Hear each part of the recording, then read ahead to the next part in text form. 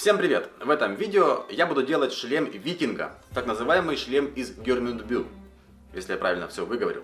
Это шлем, который сохранился в довольно плохом состоянии, и точного понимания, каким он был, у нас нету. Мы можем только интерпретировать найденные детали и собрать вместе эту конструкцию.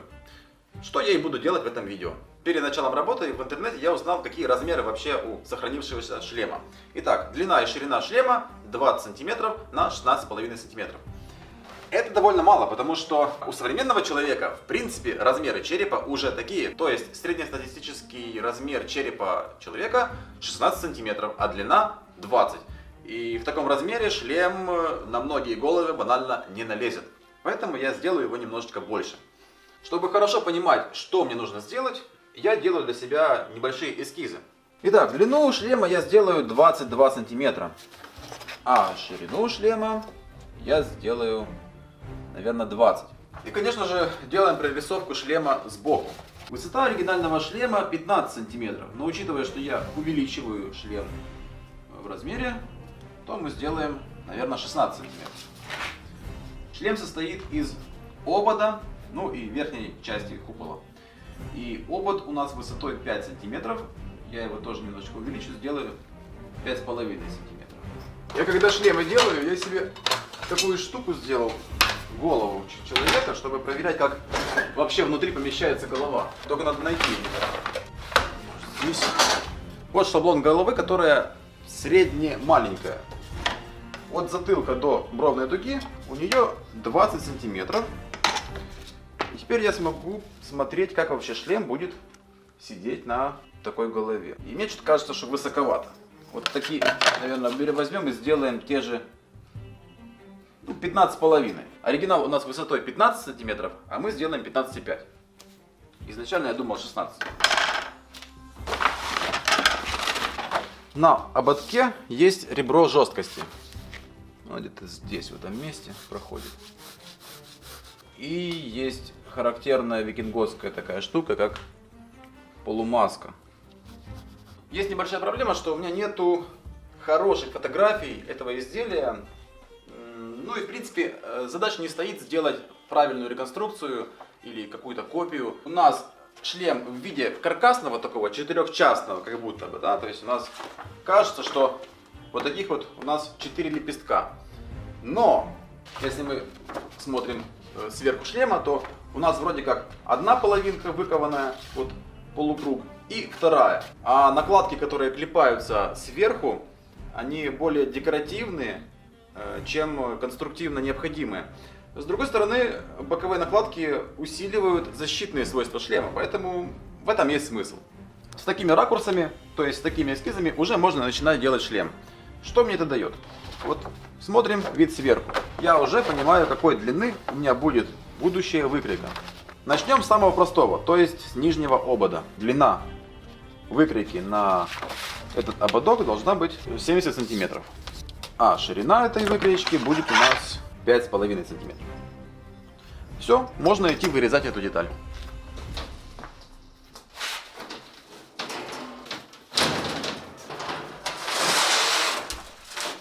Шлем у нас довольно ранний. Это я говорю с точки зрения доспешного ремесла. Это означает, что во времена этого шлема доспешное ремесло было плохо развито. И качество поверхности стали, скорее всего, было намного ниже, чем у доспехов 15-16 века. То есть шлифованность была намного лучше в 14-16 веке, чем во времена шлема Gjörmundur. Поэтому я буду предварительно мои все детали проковывать, чтобы у меня образовались какие-то раковины, какие-то дефекты на стали. Пластину, которая у меня должна быть шириной 5,5 сантиметров, я буду резать изначально из 5 сантиметров, потом ее расковывать, расклепывать, увеличивать ее, давать ей вид ручной паковки и уже доделывать дальше.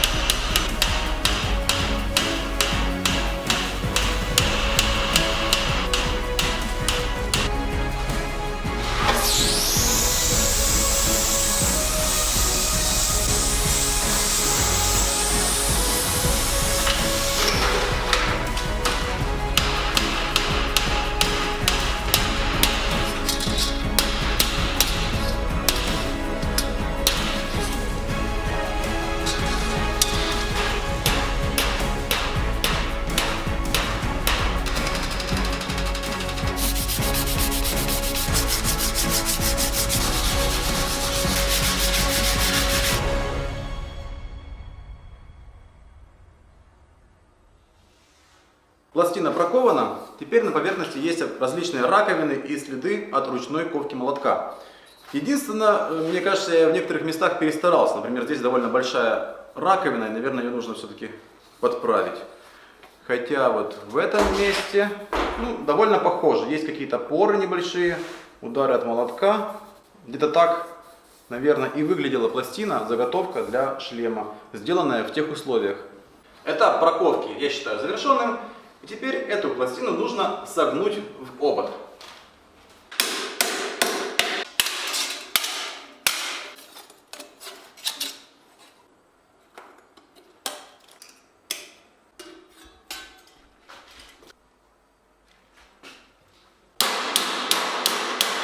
Да, в размер попали.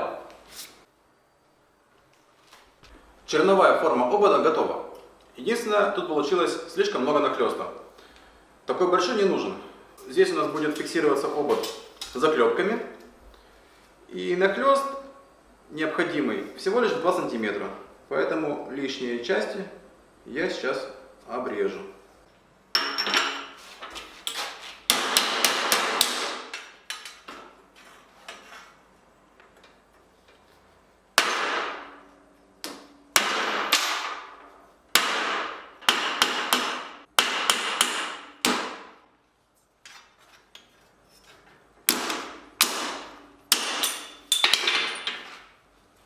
В средневековье не было ни болгарки, ни дрели. Как же резать металл без болгарки?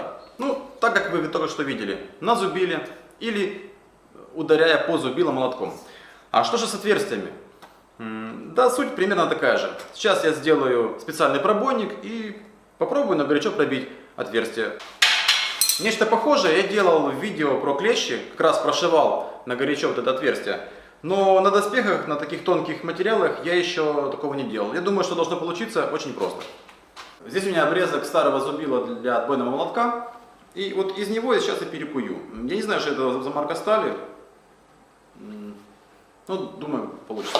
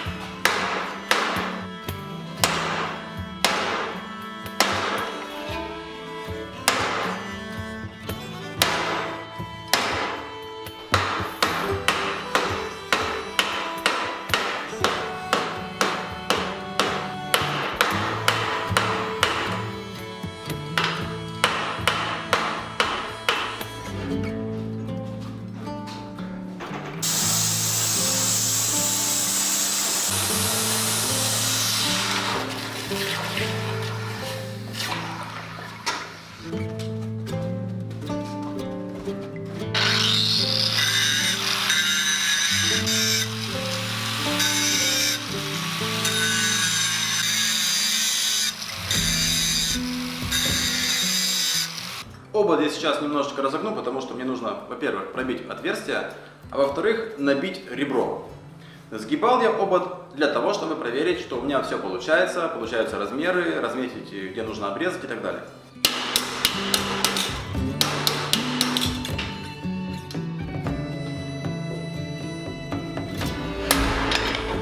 Раз.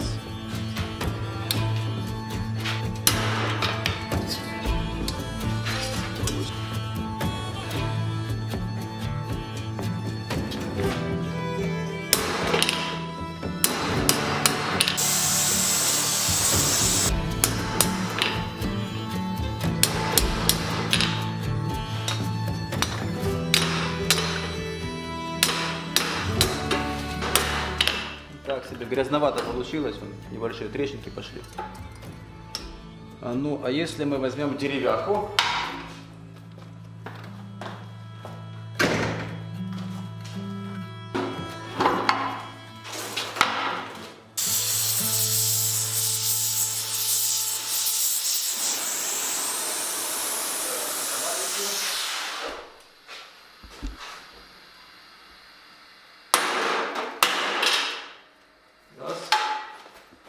деревяхи добить его.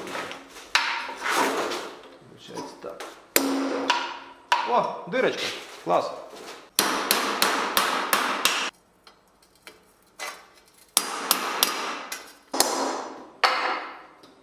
Отверстия получились, правда, не очень аккуратные, хотя на средневековых доспехах как раз отверстия не всегда выглядят аккуратными. Наверное, есть какая-то хитрость, как пробивать ровненькие, аккуратненькие отверстия в тонком листе.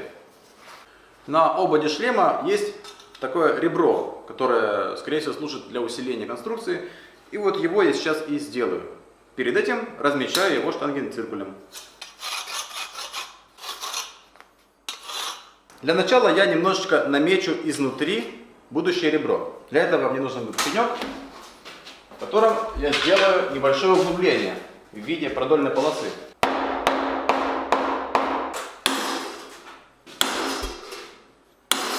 И теперь буду набивать зубилом изнутри.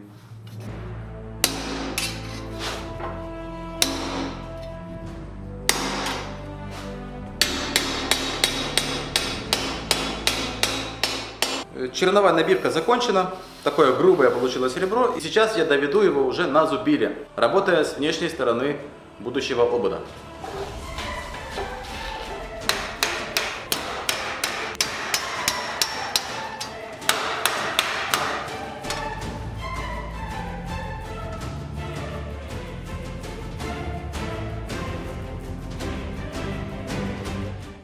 Ребро набитое. Единственное, что вот эти две впадины, они не очень ровные, поэтому их я буду набивать уже вот на краю наковальни.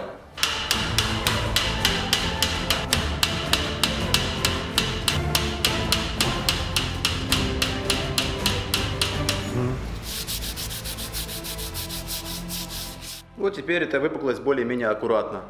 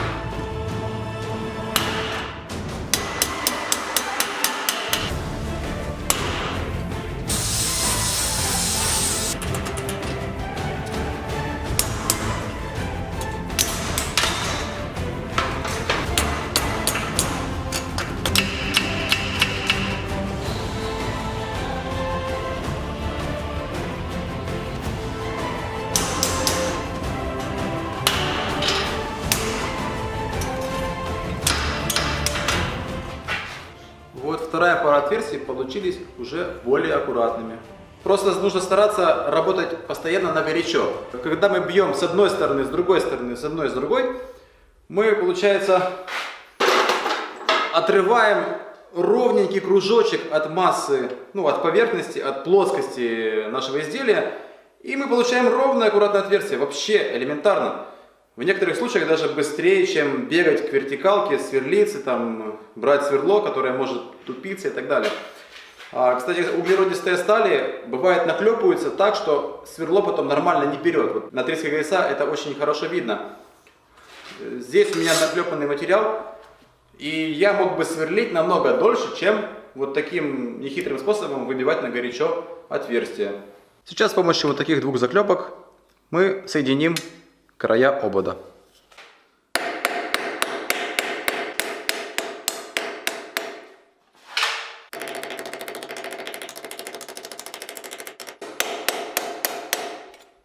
Сейчас я попробую бурой немножечко зафлюсоваться. Может быть, получится кузнечная сварка, но скорее всего нет. Потому что греть я буду резаком, а у резака есть подача пропана и кислорода. А кислород нам как раз будет мешать. Ну, в любом случае, я хочу на горячо проклепать это дело, и раз все равно я проклепаю, посыплю-ка я еще и бурой. Так, для начала прогреваем заготовку.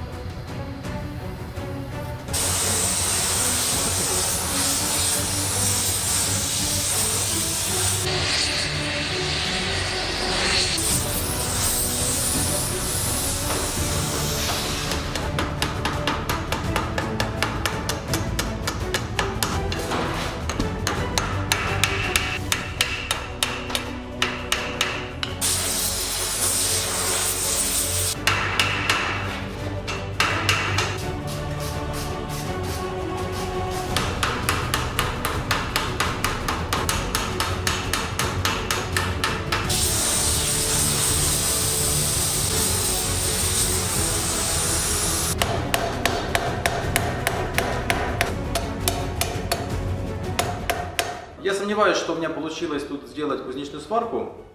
В любом случае, есть две заклепки, которые надежно соединяют края обода.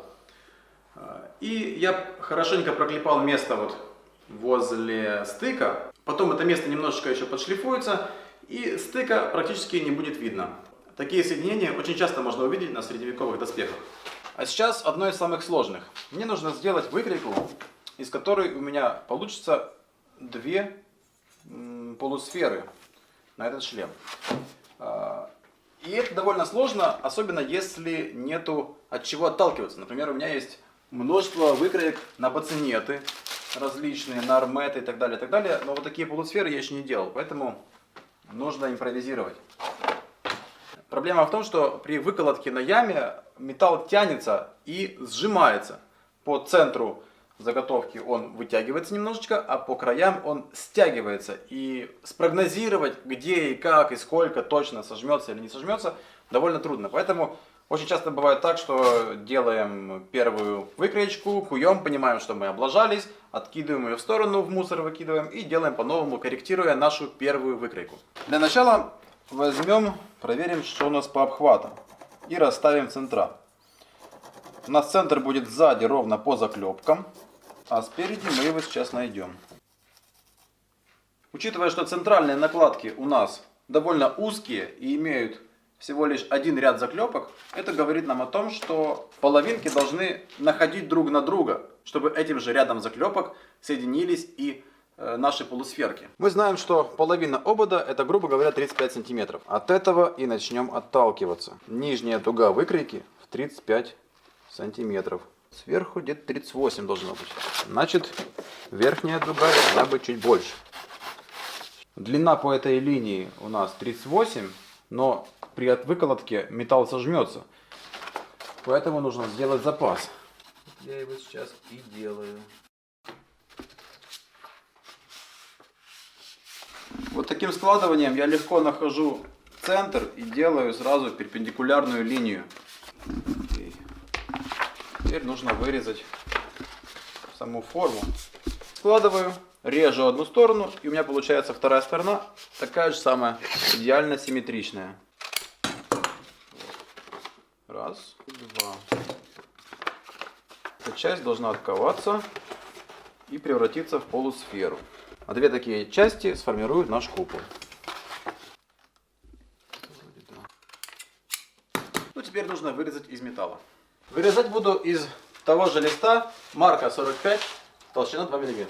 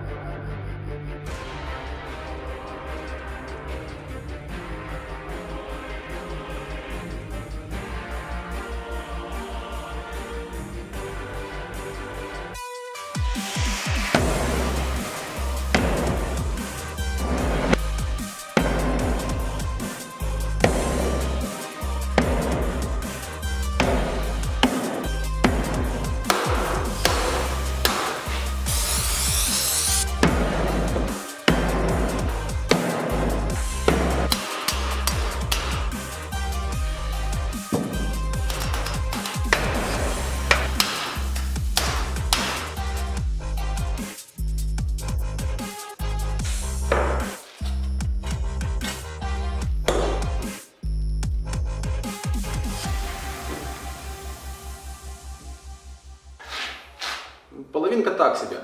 У нее откровенно не хватает вот здесь куска. И это правтык выкройки.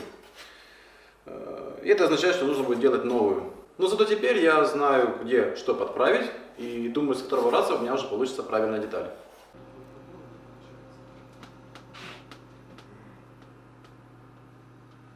Так, ребята, охрана отмена. Я на самом деле конкретно ложанулся с тем выводом, что шлем сделан из 2 частей, а не из 4.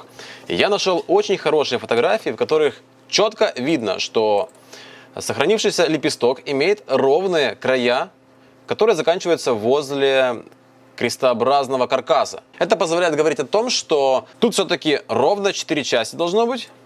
И учитывая то, что я запорол выкройку, которую сделал на половину шлема, то сейчас я просто буду делать четвертинки после того, как сделаю каркасик.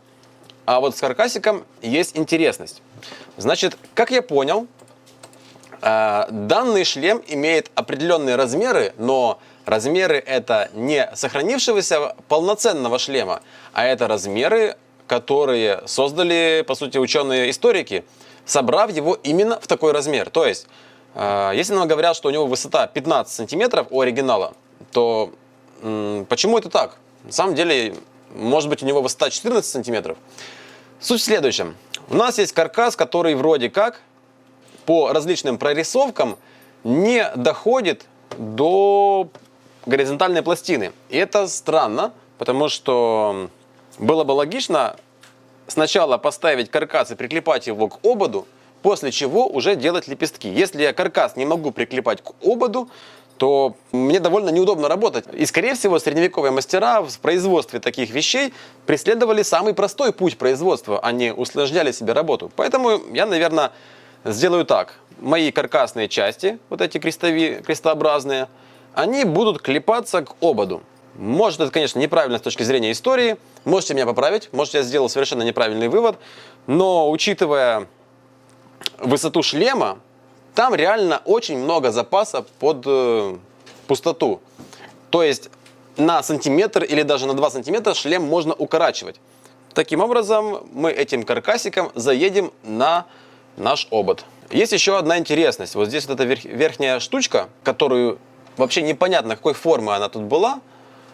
Вот это ржавый кусок непонятно чего.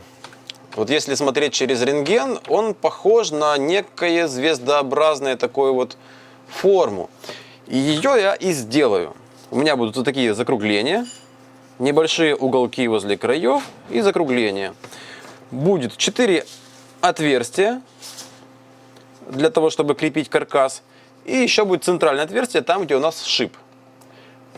Шип мы видим на фотографиях, который выглядит очень странно. А, он согнутый, вот он. Раз. Вот он. Его согнуло.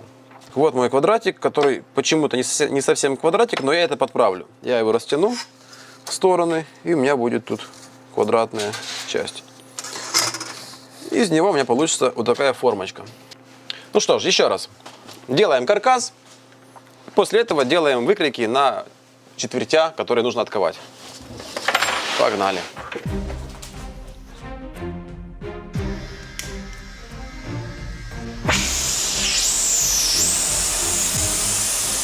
Как и обод, для начала я прокую свой квадратик, ну и придам ему правильную форму.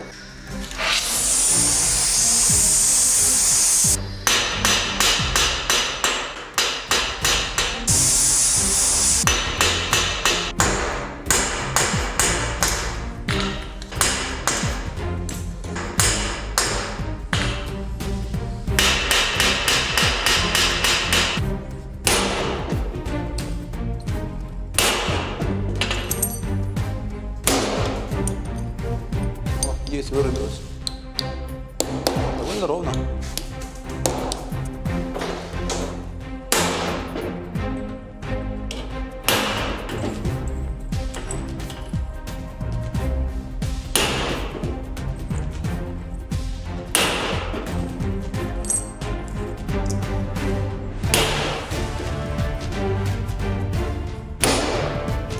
О! Второе отверстие есть. Как-то его.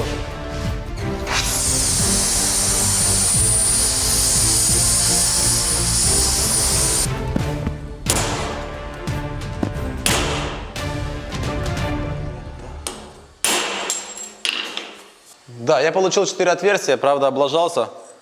Вот это расстояние немножечко меньше, чем мне нужно было. Сейчас я попробую растянуть. Вот таким молотком буду бить между отверстиями, чтобы расстояние увеличилось.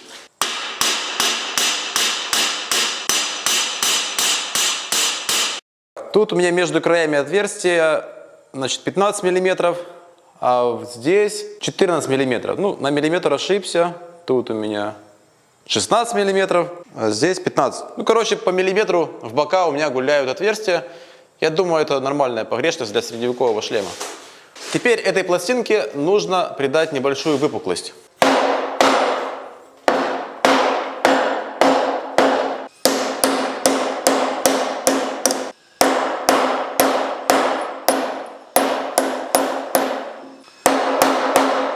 Так, думаю, хватит. У нас есть заготовка на обод, верхнюю на шлепку.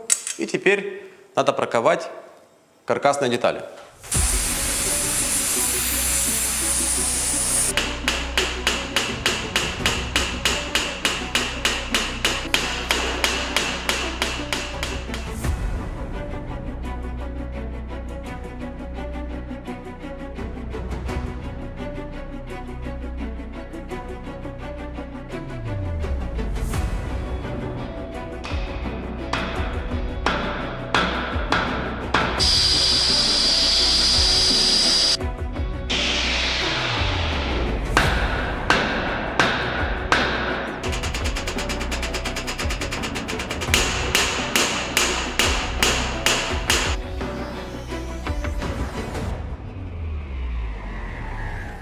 Так, смотрите, сейчас у меня ровная полоса получилась, ну, не очень ровную, она изогнутая. Это хорошо видно вот так. Это получилось, потому что одну сторону я расклепал больше. Поэтому, чтобы подровнять такие полосы, вы просто клепаете противоположную, то есть эту сторону, немного больше, и она превращается в ровную.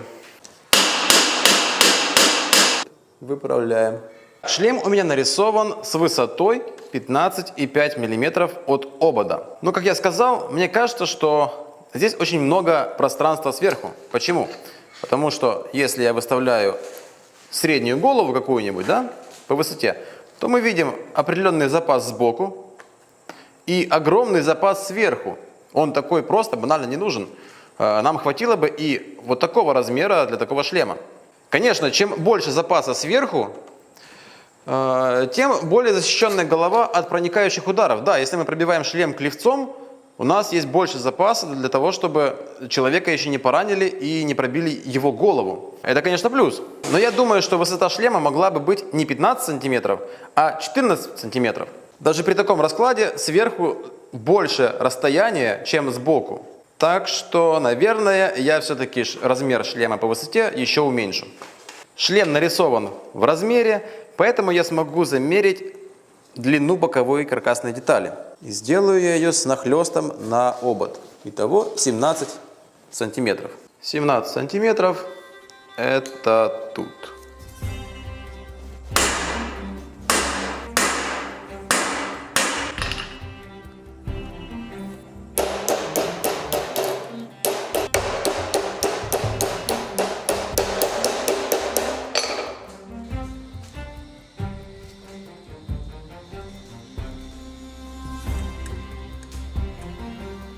Сейчас я хочу закрепить эти детальки. Сейчас все разобранное, неудобно. Делаем отверстие здесь и здесь. Скрепляем с верхней частью. А потом это все еще закрепим на обод.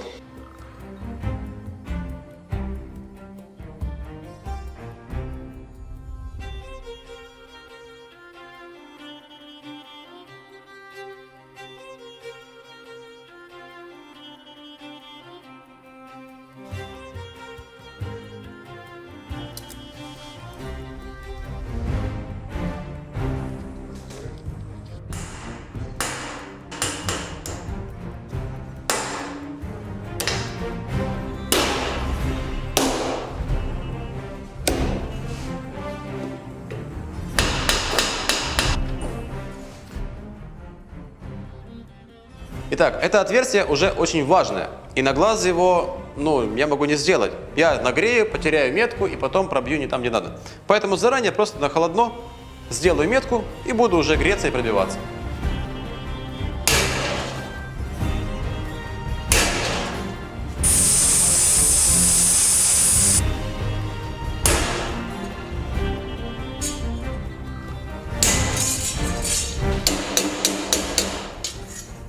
Я подозреваю, что отдельное веселье у меня сейчас будет в том месте, где у меня нахлест.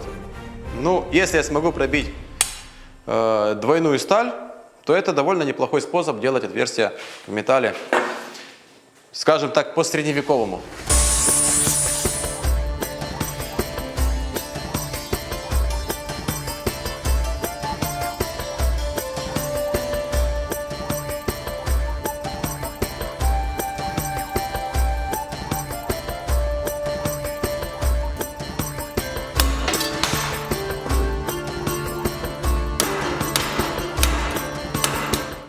Я тут пробойник подтачивал, уменьшил диаметр случайно, и теперь у меня отверстия немножечко меньше получились. Ну, я вижу на глаз, что тут не 4 мм, а немного меньше. Попробую сейчас на горячо просто таким шилом увеличить диаметр.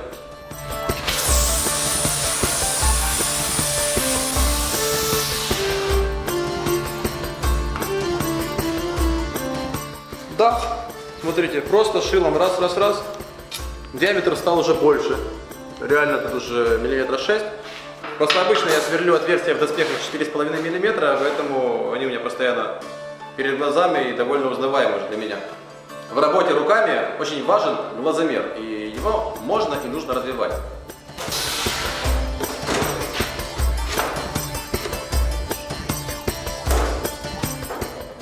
Да, сейчас я использую современные болтики с резьбой, которых не было. Потому что я хочу сделать аккуратно и красиво. Кроме этого, моя работа усложнена тем, что я должен повторить именно то, что сделано. Если бы я шел путем, просто мне нужно создать какой-то шлем, который должен налезть на заказчика, я бы не сильно парился там за какие-то миллиметры или несоответствие геометрии. Я бы просто делал. Так вот, если бы я просто делал, у меня был бы вариант сразу приклепать эту штуку вот здесь, сделать каркас, забить туда заклепки и не париться с этими болтиками. Или же придумать какой-то способ, или придумать какого-то подмастерья, который бы мне это все держал, помогал, или вкручивал сюда какую-то штуку, проволочкой, возможно, собирал предварительные каркасики. Это у нас есть боковая часть. Теперь нужно сделать заднюю и переднюю деталь.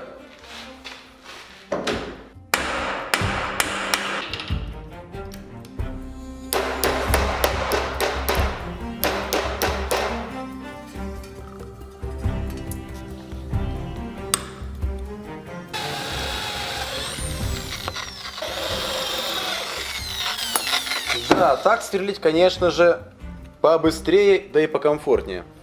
Хотя, еще раз напомню, если у нас наклепанный материал типа трицкой ГСА, которая вот так вот не сверлится, в этом мы сверлим, сверло тупится, бегаем раза 3, еще подтачиваем сверло, и тогда, возможно, продавливаем и просверливаем, то, блин, реально пойти пробить на горячо намного проще, чем вот этой дрелькой сверлиться.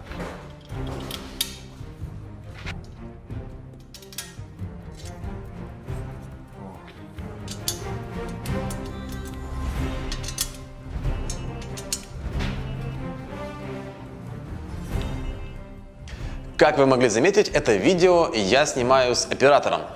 И теперь у меня образовалось огромное количество видеоматериалов, которые не всунуть в одно видео. Поэтому видео про изготовление этого шлема будет разделено на несколько. Будет как минимум 3 части, и если я не буду лажать, не больше. Но если работа затянется, то, возможно, даже и продолжится, потому что ну, там есть определенные нюансы, и в следующей серии вы поймете, что я имею в виду. А здесь у нас список людей, которые поддерживают канал на Патреоне. Огромное вам спасибо. Также спасибо всем тем, кто досмотрел это видео до конца. Всем пока!